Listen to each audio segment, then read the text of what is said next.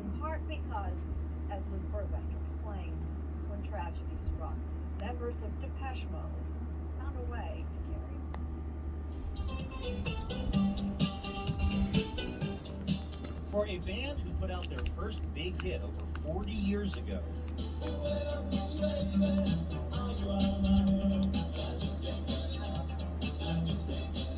Depeche Mode is surprisingly relevant here in 2023.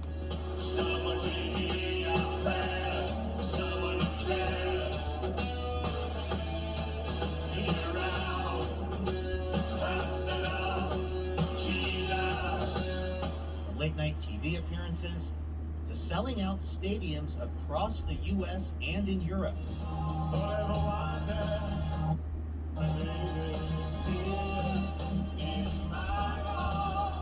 And it isn't just some nostalgia tour where a band plays their greatest hits at a casino near you. No, Depeche Mode's latest album, Memento Mori, is getting serious airplay. Music, if you allow it, will take you somewhere.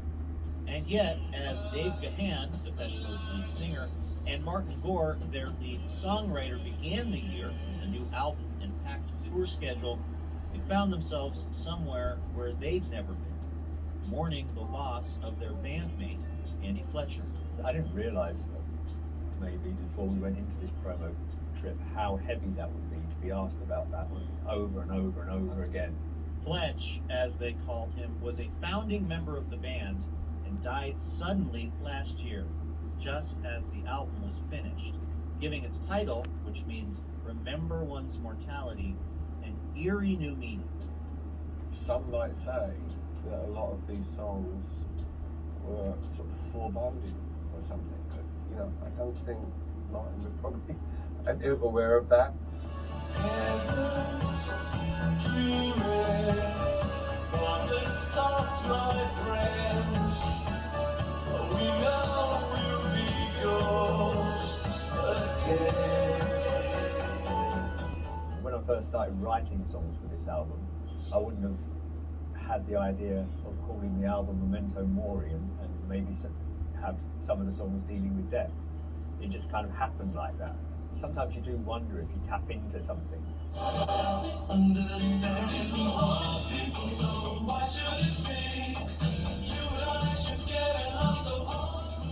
Growing up in Basildon, a small town in Essex, England, Martin Gore was one of the first kids around to get a synthesizer, which is why Vince Clarke and Andy Fletcher wanted to start a band with him. And they immediately saw the potential of the synthesizer that I was using, so they quickly ditched their guitars and the guitar and bass, and then we became an all-electronic band. Dave Gahan then joined as singer, and the group started making waves in London's underground club scene. It was easy to go to gigs on the train. We put them in little suitcases, and we just travel on the train to the gig. Soon enough, this English band with a French name and their synthesizers were becoming a hit in Europe. But success in the US would take a bit longer due to lack of radio play and some suspicious music critics. Every interview would be a battle. So why don't you use traditional instruments? And of course, it's not a great way to start an interview. The band finally broke through with US audiences in 1988, playing to a capacity crowd at the Rose Bowl in Pasadena, memorably documented by D.A. Pennebaker. Their subsequent album, Violator, went triple platinum, and as for guitars, well, they began appearing in the sound of Depeche Mode as well.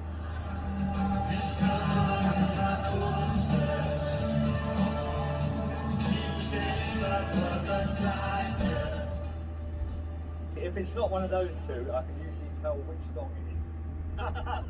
Someone who's not a rock star, why do you need so many different guitars? Is it different tuning? At some point it becomes an addiction.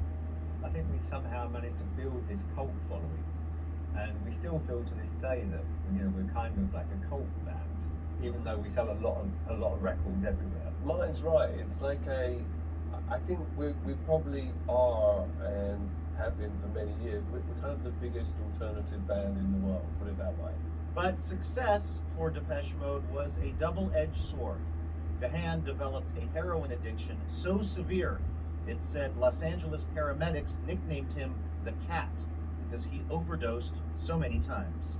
It was the time when I wasn't working that got really dark because there's no one there to balance it out. There's no band, there's no music, there's no, it was just the addiction.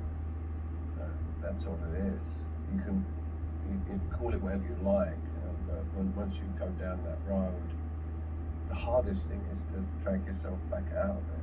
It was for me anyway. I didn't think it would be as hard as what it was.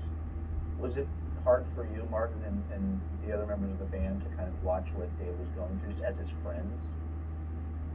I mean, it was difficult at the time, but then, after Dave got clean, for years I went on drinking, and I think that must have been really hard for Dave because, I wasn't an occasional drinker, and that was in Dave's face all the time.